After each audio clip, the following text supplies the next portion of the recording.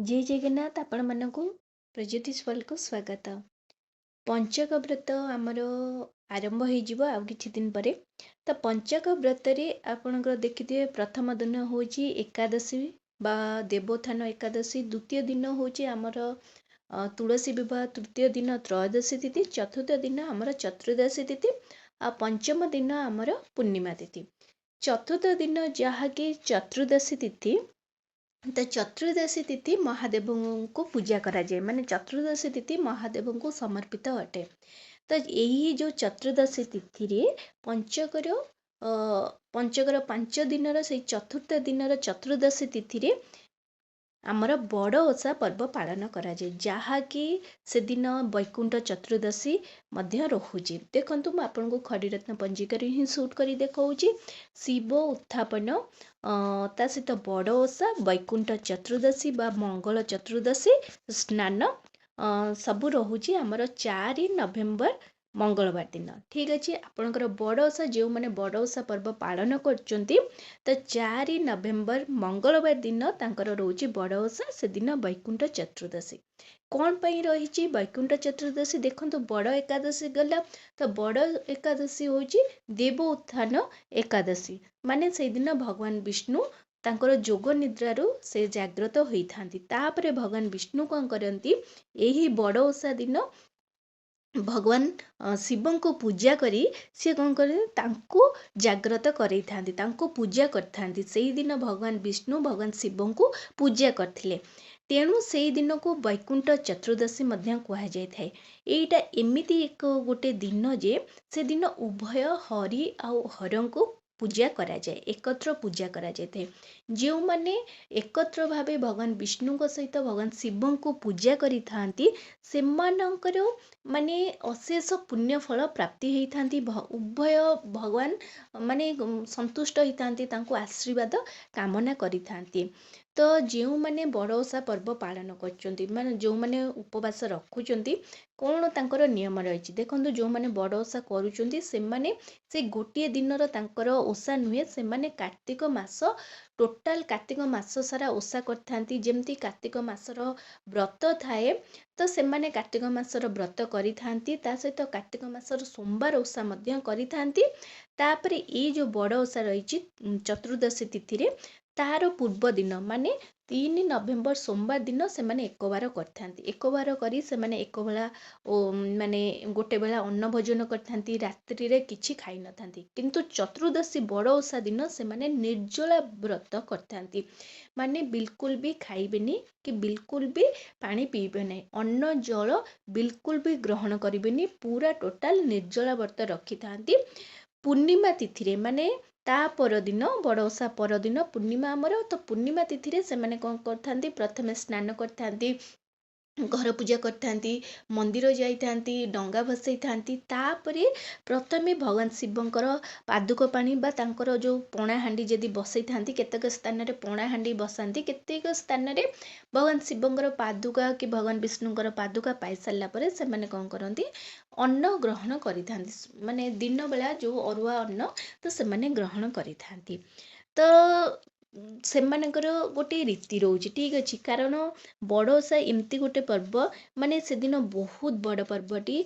तो से दिन आमर धबलेश्वर पीठरे गज भोग होता है, तोरण भोग होता है। आउ यही गज भोग विशेषकर ब्राह्मण माने यही भोग केवल तैयारी करथांती, आउ तांकू माने ब्राह्मण को द्वारा ही ये प्रसाद लगी होता है भगवान को पाखरे। तो बहुत माने से दिन तो बहुत कम लोकों को गज भोग मिली थाए, किंतु ता पर दिन आपण चाहिए जदि गज भोग समस्ते पाई परिबे। तो जदि आपण माने मंदिर जाउचंदी, कारण जेहेतु बड़ ओषा अछि, भगवान शिवंकर ओषा अछि, तो बड़ ओषा समस्ते विशेष करी कौन पूजा विधि तार रोचे देखंतु। आपण चाहिए जदि मंदिर जाई पूजा करि परिबे, नहले आपण कौन करिवे घरे मध्य पूजा करि परिबे। देखंतु प्रथमे कौन करिवे, आपण सकाळु उठिले जेमती आपण जल्दी उठिबे, कारण पंचुक चलची, सूर्योदय पूर्व उठिबे, आपण मुंड धोई गाधेबे, ता पूरा स्नान करिवे, अणा गुंड हैला गोमय हैला टिके आपणकर गंगा जल रे स्नान कले, स्नान कर सारला परे आपण कोन करबे, शुद्ध गोटे कपड़ा वस्त्र परिधान करिवे। तापरे आपण ଘର ପୂଜା ଆରମ୍ଭ କରିବେ। ତ ଯେହେତୁ ମୁଁ କହିଲି ଏଟା ହେଉଛି ବୈକୁଣ୍ଠ ଚତୁର୍ଦ୍ଦଶୀ, ଉଭୟ ହରହରିଙ୍କୁ ପୂଜା କରାଯାଇଥାଏ। ତ ଆପଣ କ'ଣ କରିବେ, ସେଦିନ ହରହରି ଆପଣଙ୍କର ଯେକୌଣସି ପ୍ରତିମୂର୍ତ୍ତି ଭଗବାନ ଶିବଙ୍କର, ଭଗବାନ ପ୍ରଭୁ ନାରାୟଣଙ୍କର ଅଛି, ଆପଣ ସେଇ ମୂର୍ତ୍ତିରେ ଆପଣ କ'ଣ କରିବେ, ହରହରିଙ୍କୁ ପଞ୍ଚୋପଚାର ବିଧିରେ ପୂଜା କରିବେ। ପ୍ରଥମେ କ'ଣ କରିବେ, କଳସ ସ୍ଥାପନା କଲେ, ତାପରେ ଆପଣ କ'ଣ କରିବେ, ତାଙ୍କୁ ପଞ୍ଚାମୃତରେ ଟିକେ ସ୍ନାନ କରିଦେବେ। ଉଭୟ ହରହରିଙ୍କୁ ପଞ୍ଚାମୃତରେ ସ୍ନାନ କରିଦେଲେ, ତା ସହିତ ଆପଣ ମା ଲକ୍ଷ୍ମୀଙ୍କୁ, ମା ପାର୍ବତୀଙ୍କୁ ମଧ୍ୟ ସ୍ନାନ କରିପାରିବେ। ମାନେ ପଞ୍ଚାମୃତରେ ସ୍ନାନ କଲେ, ଶୁଦ୍ଧ ଜଳରେ ସ୍ନାନ କଲେ, ଟିକେ ଆପଣ ଚାହିଁବେ ଯଦି ଶୁଦ୍ଧ ଜଳ ଗଙ୍ଗା ଜଳରେ ସ୍ନାନ କରିଦେବେ। ତ ସ୍ନାନ କରିସାରିଲା ପରେ ତାଙ୍କୁ କ'ଣ କରିବେ, ତାଙ୍କୁ ଆସନ ଦେବେ ବସିବା ପାଇଁ। ତାପରେ ଆପଣ କରିବେ ଫୁଲ ଅର୍ପଣ କରିବେ, ଭଗବାନ ଶିବଙ୍କୁ ବେଲପତ୍ର ଅର୍ପଣ କରିବେ, ପ୍ରଭୁ ନାରାୟଣଙ୍କୁ ଆପଣ ତୁଳସୀ ପତ୍ର, ଅଁଳା ପତ୍ର ଅର୍ପଣ କରିପାରିବେ। ତା ବ୍ୟତୀତ ଫୁଲ ଅର୍ପଣ କରିବେ, ଚନ୍ଦନ ସିନ୍ଦୁର ଅର୍ପଣ କଲେ, ତାପରେ ଆପଣ ଘିଅ ମାନେ ଦୀପ ଧୂପ ଅର୍ପଣ କରିବେ, ନୈବେଦ୍ୟ ଅର୍ପଣ କରିବେ। ଆପଣ ଚାହିଁବେ ଯଦି ବସ୍ତ୍ର ଅର୍ପଣ କରିପାରିବେ, ତ ସେଇଟା ଆପଣଙ୍କ ଖୁସି। ତାପରେ ଦୀପ ଧୂପ ଝୁଣା କର୍ପୂରରେ ଆପଣ କ'ଣ କରିବେ, ଆଳତି କରିବେ। କିଛି ନ ଜାଣିଲେ ମଧ୍ୟ ଆପଣ ଓମ୍ ନମଃ ଶିବାୟ, ଓମ୍ ନମଃ ଭଗବତେ ବାସୁଦେବାୟ, ନହେଲେ ଓମ୍ ନମଃ ନାରାୟଣ ମଧ୍ୟ ଏହି ମନ୍ତ୍ର ଜପ କରିପାରିବେ। ତ ପୂଜା ଶେଷ କରିସାରିଲା ପରେ ଆପଣ କ'ଣ କରିବେ, ସେଦିନ ମନ୍ଦିର ଯିବେ। ତ ମନ୍ଦିର ଯେତେବେଳେ ଯିବେ, ଆପଣ ମନ୍ଦିରରେ ଆପଣ ସେଦିନ ଭଗବାନ ଶିବଙ୍କର ମନ୍ଦିର ଯାଇପାରିବେ, ନହେଲେ ଭଗବାନ ବିଷ୍ଣୁଙ୍କର ମନ୍ଦିର ମାନେ ଯାଇପାରିବେ। କିନ୍ତୁ ବିଶେଷ କରି ଯେହେତୁ ଚତୁର୍ଦ୍ଦଶୀ ତିଥି, ଭଗବାନ ଶିବଙ୍କୁ ସେଦିନ ଯେମିତି ହେଲେ ପୂଜା କରାଯାଏ। ଆପଣ ଚେଷ୍ଟା କରିବେ ପ୍ରଥମେ ଭଗବାନ ଶିବଙ୍କର ମନ୍ଦିର ଯିବା ପାଇଁ, ନହେଲେ ଆପଣ ଆଗେ ବିଷ୍ଣୁଙ୍କ ମନ୍ଦିର ଗଲା ପରେ ଆପଣ ଯାଇପାରିବେ। କିନ୍ତୁ ସେଦିନ ଶିବ ଭଗବାନଙ୍କ ପୂଜା କରିବାର ମାନେ ମହତ୍ତ୍ୱ ବହୁତ ଅଧିକା ରହିଛି। ତେଣୁ ଆପଣ କ'ଣ କରିବେ, ଯେକୌଣସି ମନ୍ଦିର ଯାଆନ୍ତୁ, ଫାଷ୍ଟ ଯେଉଁ ମନ୍ଦିର ଯାଉଛନ୍ତି ଯାଆନ୍ତୁ, କିନ୍ତୁ ସେଦିନ ଚେଷ୍ଟା କରିବେ ଭଗବାନ ଶିବଙ୍କର ମନ୍ଦିର ଯେମିତି ହେଲେ ଯିବେ। ତ ପ୍ରଥମେ ତାଙ୍କ ମନ୍ଦିର ଯିବେ, ତା ପୂର୍ବରୁ ତାଙ୍କର ପ୍ରିୟ ଜିନିଷ ଯେତିକି ସବୁ ଆପଣ ନେଇକରି ଯିବେ। ଯେମିତିକି ବେଲପତ୍ର, ପଞ୍ଚାମୃତ, ଆପଣ ଘର୍ଷଣ ସେଦିନ କରିପାରିବେ। ତା ସହିତ କିଛି ଦାନ କରିବା ପାଇଁ ଆପଣ କିଛି ଜିନିଷ ମଧ୍ୟ ନେଇପାରିବେ। ଫୁଲ ନେଇପାରିବେ, ଦୀପ ଧୂପ, ଆପଣ ଜଳ ଅର୍ପଣ କରିବା ପାଇଁ ମଧ୍ୟ ନେଇପାରିବେ। ତାପରେ ଆପଣ କ'ଣ କରିବେ, ପ୍ରଥମେ ଦେଖନ୍ତୁ ବଡ଼ ଓଷା ଏତେ ବଡ଼ ପୂଜାଟି କରୁଛନ୍ତି, କିନ୍ତୁ ଆପଣ ମନ୍ଦିର ଯାଉଛନ୍ତି, ମନ୍ଦିରରେ ହିଁ କିଛି ଭୁଲ କରିଦେଉଛନ୍ତି, ଯାହାଦ୍ୱାରା ଆପଣଙ୍କ ଯାହା ବି ସେ ଓଷାର ଫଳ କି ପଞ୍ଚୁକର 5 ଦିନର ଫଳ କି ଆପଣ ସେ ମନ୍ଦିର ଯିବାର ଫଳ ହିଁ ଆପଣଙ୍କ ନଷ୍ଟ ହେଇଯାଉଛି, ସେ ପୁଣ୍ୟ ଫଳ ନଷ୍ଟ ହେଇଯାଉଛି। କ'ଣ ଆପଣ ଦେଖନ୍ତୁ, ମନେ ରଖନ୍ତୁ, ଆପଣ ଯେତେବେଳେ ଶିବ ମନ୍ଦିର ଯିବେ, ଆପଣ କ'ଣ କରିବେ, ପ୍ରଥମେ ବାହାରେ ଯେଉଁ ନନ୍ଦୀ ମହାରାଜ ଅଛନ୍ତି ତାଙ୍କୁ ଆଗେ ଆପଣ ସେଇଠି ମୁଣ୍ଡିଆ ମାରିବେ। ତାଙ୍କ ପାଇଁ ଆପଣ ଦୁବପତ୍ର, ଫୁଲ ନେଇଥିବେ, ତାଙ୍କୁ ପ୍ରଥମେ ଅର୍ପଣ କରିବେ, ମୁଣ୍ଡିଆ ମାରିବେ। ତାପରେ ଆପଣ କ'ଣ କରିବେ, ମନ୍ଦିର ପରିକ୍ରମା କରିବେ। ପ୍ରଥମେ କ'ଣ କରିବେ, ସେଇ ବାହାରୁ ନନ୍ଦୀ ମହାରାଜଙ୍କୁ ମୁଣ୍ଡିଆ ମାରି ସାରିଲା ପରେ ଆପଣ କ'ଣ କରିବେ, ଶ୍ରୀ ଗଣେଶଙ୍କ ପାଖକୁ ଯିବେ। ସେଠି ତାଙ୍କୁ ଆପଣ ପ୍ରଣାମ ଜଣେଇବେ, ତାଙ୍କୁ ଫୁଲ ଅର୍ପଣ କରିପାରିବେ। ତାପରେ ଆପଣ ଦୁବପତ୍ର ଆପଣ ଯଦି ନେଇଥିବେ ଅର୍ପଣ କରିବେ। ତାପରେ କାର୍ତ୍ତିକଙ୍କ ପାଖକୁ ଯିବେ, ସେଠି ତାଙ୍କୁ ଫୁଲ ଅର୍ପଣ କରିବେ। ତାପରେ ମା ପାର୍ବତୀଙ୍କ ପାଖକୁ ଯିବେ, ସେଠି ଆପଣ କ'ଣ କରିବେ, ମୁଣ୍ଡିଆ ମାରିବେ। ତାପରେ ଆପଣ ସେଠି କ'ଣ କରିବେ, ତାଙ୍କ ପାଇଁ ଯଦି ଆପଣ ଭୋଗରାଗ ଆଣିଛନ୍ତି, ତାଙ୍କୁ ବସ୍ତ୍ର ଆଣିଛନ୍ତି, ଶଙ୍ଖା ଆଣିଛନ୍ତି, ତାଙ୍କୁ ଅର୍ପଣ କରିବେ, ତାଙ୍କୁ ପୂଜା କରିବେ। ସେଠି ଯେଉଁ ପାଦୁକା କୁଣ୍ଡ ଅଛି, ତ ପାଦୁକା କୁଣ୍ଡ ଆଗକୁ ଯିବେନି, ସେଇଠୁ ମା ପାର୍ବତୀଙ୍କୁ ପୂଜା କରି ଆପଣ କ'ଣ କରିବେ, ଓଲଟା ପଳେଇ ଆସିବେ। ଠିକ୍ ଅଛି, ଓଲଟା ପଳେଇ ଆସିଲେ ମାନେ ଦେଖନ୍ତୁ, ଶିବ ମନ୍ଦିରରେ ପୁରା ମାନେ ଗୋଟିଏ ପରିକ୍ରମା କରାଯାଏ ନାହିଁ, ଅଧା ପରିକ୍ରମା ସବୁବେଳେ କରାଯାଏ। ପାଦୁକା କୁଣ୍ଡ ଯିଏ ଡେଇଁକରି ଫୁଲ୍ ପରିକ୍ରମା କରୁଛି ବା ପାଦୁକା କୁଣ୍ଡ ଯିଏ ଡେଉଁଛି, ତ ତାହାର ସେଇଠି ସବୁ ପୁଣ୍ୟଫଳ ନଷ୍ଟ ହେଇଗଲା। ତେଣୁ ସେ ଭୁଲ ବିଲକୁଲ ବି କରିବେନି। ଆପଣ କ'ଣ କରିବେ, ସେଇଠୁ ମା ପାର୍ବତୀଙ୍କୁ ମୁଣ୍ଡିଆ ମାରି ଆପଣ ଓଲଟା ପୁଣି ନନ୍ଦୀ ମହାରାଜ ପାଖକୁ ଆସିବେ। ତାପରେ ସେଠି ଆଉଥରେ ତାଙ୍କୁ ମୁଣ୍ଡିଆ ମାରିବେ। ଆପଣଙ୍କ ଯାହା ବି ଦୁଃଖ କଷ୍ଟ ମନୋକାମନା ଅଛି, ସେଇଠି ନନ୍ଦୀ ମହାରାଜଙ୍କ କାନରେ ଆପଣ କହିବେ। କାରଣ ଆପଣ ନନ୍ଦୀ ମହାରାଜକୁ ଯଦି ଆପଣ ଆପଣଙ୍କ ଦୁଃଖ କଷ୍ଟ କହୁଛନ୍ତି, ଭଗବାନ ଆପଣଙ୍କର କଥା ଡାଇରେକ୍ଟ ଶୁଣୁଛନ୍ତି। ତ ଆପଣ ଆପଣଙ୍କର ଦୁଃଖ କଷ୍ଟ ସବୁ ନନ୍ଦୀ ମହାରାଜଙ୍କ କାନରେ କହିବେ। ତାପରେ ଆପଣ କ'ଣ କରିବେ, ମନ୍ଦିର ଭିତରକୁ ଯିବେ। ମନ୍ଦିର ଭିତରେ ଆପଣ ଦେଖିବେ ଯେ ଆଉ ଗୋଟେ ମାନେ ସେଇ ଆପଣଙ୍କର ଥିବ ନନ୍ଦୀ ମହାରାଜ, ଆଉ ସିଧାରେ ଆପଣଙ୍କର ଶିବଲିଙ୍ଗ ଥିବ। ଆପଣ ସବୁବେଳେ ମନେ ରଖିବେ, ନନ୍ଦୀ ଆଉ ଶିବଲିଙ୍ଗ ଭିତରେ ଯେଉଁ ସିଧା ରାସ୍ତା ଅଛି, ସେ ସିଧା ରାସ୍ତାକୁ କେବେ ଡେଇଁକରି ଯିବେନି, କାରଣ ସେଟା ହେଉଛି ସୋମସୂତ୍ର। ସେଇ ସିଧା ରାସ୍ତାକୁ ସୋମସୂତ୍ର କୁହାଯାଏ। ସୋମସୂତ୍ର ଯିଏ ଡେଇଁକରି ଯାଏ, ତ ତାର ସବୁ ପୁଣ୍ୟ ଫଳ କି ତାର ସବୁ ଯେଉଁ ମନ୍ଦିର ଆସିଲା, ତାର ଯେଉଁ ଫଳ ସବୁ ନଷ୍ଟ ହେଇଯାଇଥାଏ। ତେଣୁ ଆପଣଙ୍କୁ ଓଲଟା ଆପଣଙ୍କୁ ହିଁ ପାପ ଲାଗିଥାଏ।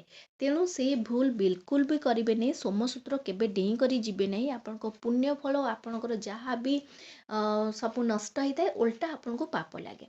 ତ ଆପଣ ସେଇଠି ସିଧା ସିଧା ଯିବେ, ମାନେ ଗୋଟେ ସାଇଡ୍ ହେଇକିନା ଯିବେ। ଆପଣ ଉତ୍ତର ମୁହାଁ କି ପୂର୍ବ ମୁହାଁ ହେଇକରି ଆପଣ କ'ଣ କରିବେ, ପ୍ରଥମେ ଭଗବାନ ଶିବଙ୍କର ବାହନ ଅଛନ୍ତି, ସର୍ପଦେବ ଅଛନ୍ତି, ତ୍ରିଶୂଳ ଅଛନ୍ତି, ଚନ୍ଦ୍ରଦେବ ଅଛନ୍ତି, ତାଙ୍କୁ ଆଗେ ଆପଣ ନମସ୍କାର ଜଣାଇବେ। ଓମ୍ ସର୍ପାୟ ନମଃ, ଓମ୍ ତ୍ରିଶୂଳାୟ ନମଃ, ଓମ୍ ଚନ୍ଦ୍ରଦେବାୟ ନମଃ। ଏମିତି କିଛି ନ ଜାଣିଲେ ଓମ୍ ଲଗେଇବେ, ନମଃ କହିବେ, ତାଙ୍କୁ ନମସ୍କାର ଜଣାଇବେ। ତାପରେ ଦେଖନ୍ତୁ, ଯେହେତୁ ଆପଣ ହରଙ୍କ ମନ୍ଦିର ଯାଇଛନ୍ତି, ହରିଙ୍କୁ ନିହାତି ଭାବରେ ସ୍ମରଣ କରିବା ଦରକାର। ତେଣୁ ଆପଣ ଓମ୍ ନମୋ ନାରାୟଣ ଜପ ଆପଣ କରିପାରିବେ। ତାପରେ ଓମ୍ ନମଃ ଶିବାୟ, ନମଃ ଶିବାୟ, ନମଃ ଶିବାୟ, ପଞ୍ଚାକ୍ଷର ମନ୍ତ୍ର ନମଃ ଶିବାୟ, ନମଃ ଶିବାୟ, ନମଃ ଶିବାୟ, ଏହିପରି ଆପଣ ଭଗବାନ ଶିବଙ୍କୁ ପୂଜା କରିବେ। ଆଉ ତାପରେ ଆପଣ ନନାଙ୍କୁ ଦେଇଦେଲେ, ସିଏ ଆପଣ ଜଳ ଅର୍ପଣ କରିଦେବେ। ଆପଣଙ୍କ ପାଇଁ ପଞ୍ଚାମୃତ ନେଇଥିବେ, ପଞ୍ଚାମୃତ ମଧ୍ୟ ଅର୍ପଣ କରିବେ। ତାପରେ ଘର୍ଷଣ ପାଇଁ ଆପଣ ଯଦି କଦଳୀ, ଛେନା, ତା ସହିତ ଆପଣଙ୍କର ଗୁଡ଼, ମହୁ, ଏସବୁ ମିଶେଇ ମଧ୍ୟ ଦହି, କନ୍ଦ, ମିଶ୍ରି ଏସବୁ ମିଶେଇ ଘର୍ଷଣ ମଧ୍ୟ କରାଯାଏ। ଆପଣ ଚାହିଁବେ ଯଦି ଘର୍ଷଣ କରିପାରିବେ। ବେଲପତ୍ର ପ୍ରଭୁଙ୍କୁ ବହୁତ ପ୍ରିୟ, ତ ବେଲପତ୍ର ଅର୍ପଣ କରିବେ। ଶମୀପତ୍ର ମଧ୍ୟ ଅର୍ପଣ କରିପାରିବେ। ଦୁର୍ଦୁରା, ଅରଖ, ମନ୍ଦାର, ଗଇସ ଫୁଲ, ଅପରାଜିତା, କନିଅର, ଏଇ ସବୁ ଫୁଲ ମଧ୍ୟ ଆପଣ ନେଇକରି ପୂଜା କରିପାରିବେ। ତା ସହିତ ଆପଣଙ୍କର ଭୋଗ ଯାହା ବି ଆପଣ ଅଛି, ତ ଆପଣ ଭୋଗରେ ଆପଣ ଫଳମୂଳ ଯାହା ବି ନେଇକରି ପୂଜା କରିବେ। ପୂଜା କରିସାରିଲା ପରେ ଆପଣ କ'ଣ କରିବେ, ଦୀପ ଧୂପ ଅର୍ପଣ କରିବେ। ତାପରେ ଆପଣ କ'ଣ କରିବେ, ସେଇ ଭୋଗରୁ ଅଳ୍ପ କିଛି ଗୋମାତାଙ୍କୁ ଯଦି ପାଖରେ ଅଛନ୍ତି, ଗୋମାତାଙ୍କୁ ଆପଣ ଦେଇପାରିବେ, ନହେଲେ ଛୋଟ ପିଲାଙ୍କୁ ଖାଇବାକୁ ଦେବେ। ତାପରେ ଆପଣ ସେଇଠି ଆପଣଙ୍କ ଦୁଃଖ ଜଣେଇ ଭଗବାନଙ୍କୁ ଆସିବେ। ଆପଣଙ୍କର ନିର୍ଜଳା ଓଷା ଅଛି, ଆପଣ ସେଦିନ କିଛି ଖାଇବେ ନାହିଁ, କିଛି ପିଇବେ ନାହିଁ, ସେମିତି ଦିନ ସାରା ରହିବେ। ସନ୍ଧ୍ୟା ସମୟରେ ଆପଣ କେତେକ ସ୍ଥାନରେ ପଣାହାଣ୍ଡି ବସାନ୍ତି, ତ ଆପଣ ନିଜର ନାମର ପଣାହାଣ୍ଡି ମନ୍ଦିରରେ ଦେଇପାରିବେ। ସେଇ ହିସାବରେ କ୍ଷୀର, ଦହି, ଛେନା, ନଡ଼ିଆ, କଦଳୀ, ଅଦା ଛେଚା, ଗୋଲମରିଚ ଗୁଣ୍ଡ, ତ ଏଇସବୁ ଦେଇଦେବେ। ସେମାନେ ପଣାହାଣ୍ଡି ବସାଇ ଦେବେ। ଆପଣ ସେଦିନ ତ ପଣାହାଣ୍ଡି ଉଠୁ ଉଠୁ ବହୁତ ଲେଟ୍ ହେଇଯାଏ। ଯେମିତିକି ଗଜଭୋଗ ହେଇଥାଏ। ଗଜଭୋଗ ଯେମିତି ମାନେ ରେଡ଼ି, ମାନେ ତିଆରି ହେଇ ବାହାରୁ ବାହାରୁ ରାତି 1, 2ଟା ହେଇଯାଇଥାଏ, ସେମିତି ପଣାହାଣ୍ଡି ଯେଉଁ ସ୍ଥାନରେ ବସିଥାଏ, ସେ ସ୍ଥାନରେ ମଧ୍ୟ ବହୁତ ଲେଟ୍ ହେଇଯାଇଥାଏ। ସେଇ ପଣାହାଣ୍ଡିରେ ମଧ୍ୟ ଗୁଆ ବି ସ୍ଥାପନ କରାଯାଇଥାଏ। ତ ଆପଣଙ୍କର ଆଡ଼େ ଯାହା ବି ଅଛି, କି ଆପଣଙ୍କ ଆଡ଼େ ସେସବୁ ଜିନିଷ ନାହିଁ, ତ ସେସବୁ ଆପଣ ଜିନିଷ କରିବା ଦରକାର। ଯାହା ଆଡ଼େ ଯାହା ଅଛି, ଆପଣ ରାତ୍ରି ସମୟରେ ସେଇ ଜିନିଷ କରିବେ। କିନ୍ତୁ ଚେଷ୍ଟା କରିବି ଯେ ରାତ୍ରି ସମୟରେ ବା ସନ୍ଧ୍ୟା ସମୟରେ ଆଉ ଥରେ ଆପଣ ଶିବ ମନ୍ଦିର ଯିବେ, ଯାଇକରି ସେଠି ଗୋଟେ ଦୀପ ଦାନ କରିବେ, ମନ୍ଦିରରେ ଦୀପ ଦାନ କରିବେ। ତାପରେ ସେଠି ଆପଣ ଆସିବେ ଘରକୁ। ସେମିତି ନିର୍ଜଳା ଓଷା ତ ଆପଣ ଅଛି, ତ ରାତ୍ରିରେ ଆପଣ କ'ଣ କରିବେ, କିଛି ସମୟ 10ଟା 11ଟା ପର୍ଯ୍ୟନ୍ତ ଟିକେ ଭଗବାନ ଶିବଙ୍କର ନାମ ନେବେ। ତାପରେ ଆପଣ ଚାହିଁବେ ଯଦି ଶୋଇପାରିବେ। ତାପରେ ଆପଣ କ'ଣ କରିବେ, ପୂର୍ଣ୍ଣିମା ଦିନ ସକାଳୁ ଉଠିବେ, ଯେମିତି ମୁରୁଜ ପକାଇବା କଥା ପକାଇବେ। ମାନେ ଘର ବାହାରେ ଯେମିତି ନିତ୍ୟକାମ ସାରିବେ, ଗାଧେଇବେ, ମୁରୁଜ ପକାଇବେ, ଘର ପୂଜା କରିବେ, ମନ୍ଦିର ଯିବେ, ଆଳତି କରିବେ। ଏସବୁ କାମ ସରିଲା ପରେ ଆପଣ କ'ଣ କରିବେ, ଭଗବାନ ଶିବଙ୍କର ଯଦି ପାଦୁକା କିଛି ଆଣିଛନ୍ତି, ତ ପ୍ରଥମେ କ'ଣ କରିବେ, ସେ ପାଦୁକା ପାଇବେ। ଆପଣ ନିର୍ମାଲ୍ୟ ମଧ୍ୟ ପାଇପାରିବେ, ଘରେ ଯଦି ନିର୍ମାଲ୍ୟ ଅଛି ପାଇପାରିବେ। ତାପରେ ଆପଣ କ'ଣ କରିବେ, କିଛି ଫଳମୂଳ ମଧ୍ୟ ଆପଣ ସକାଳେ ଖାଇପାରିବେ। ତାପରେ ଆପଣ କ'ଣ କରିବେ, ଗୋଟେ ବେଳା ଅନ୍ନ ଭୋଜନ କରିବେ। ତ ଏଇ ସବୁ ନିୟମ ରହିଛି ବଡ଼ ଓଷାର। ତ ଆଶା କରୁଛି ଏଇ ବଡ଼ ଓଷାଟି ଆପଣଙ୍କର ସୁଖମୟ ହଉ, ଆପଣଙ୍କର ସବୁ ମନୋକାମନା ଭଗବାନ ଶୁଣନ୍ତୁ। ଆଶା କରୁଛି ଭିଡ଼ିଓଟି ଆପଣଙ୍କୁ ବହୁତ ପସନ୍ଦ ଆସିଥିବ। ଯଦି ଆସିଛି ତାହେଲେ ଏଇ ଚ୍ୟାନେଲକୁ ଜଲ୍ଦି କରି ଲାଇକ୍, ସେୟାର, ସବସ୍କ୍ରାଇବ୍ କରିଦିଅନ୍ତୁ। ନମସ୍କାର।